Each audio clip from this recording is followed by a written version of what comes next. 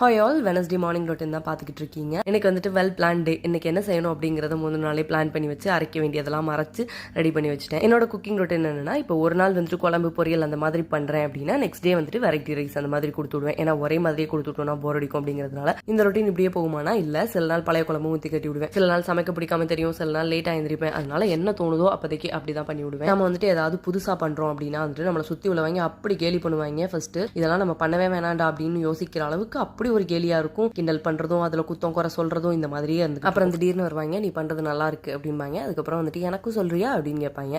அதுக்கப்புறம் வந்துட்டு அதே காப்பி அடிச்சிருவாங்க. அதனால இந்த கிண்டல் கேலி நக்கல் நையாண்டி எல்லாம் கண்டுக்கவே கூடாது அன்டில் நம்மள அவங்க காப்பி அடிக்கிறவரை. சரி, அன்னைக்கு பிரேக்ஃபாஸ்ட்டுக்கு ஒரு நார்மல் தோசை, ஒரு பொடி தோசை, முந்தின நாள் வச்ச தக்காளி சட்னி, அதுக்கப்புறம் லஞ்சுக்கு onion raita, meal maker gravy, mushroom biryani, அது கூட ஒரு அவிச்ச முட்டை தான். ட்ரிங்க் ஆப்பிள் வால்நட் பாதாம் போட்டு ஒரு ஸ்மூத்தி.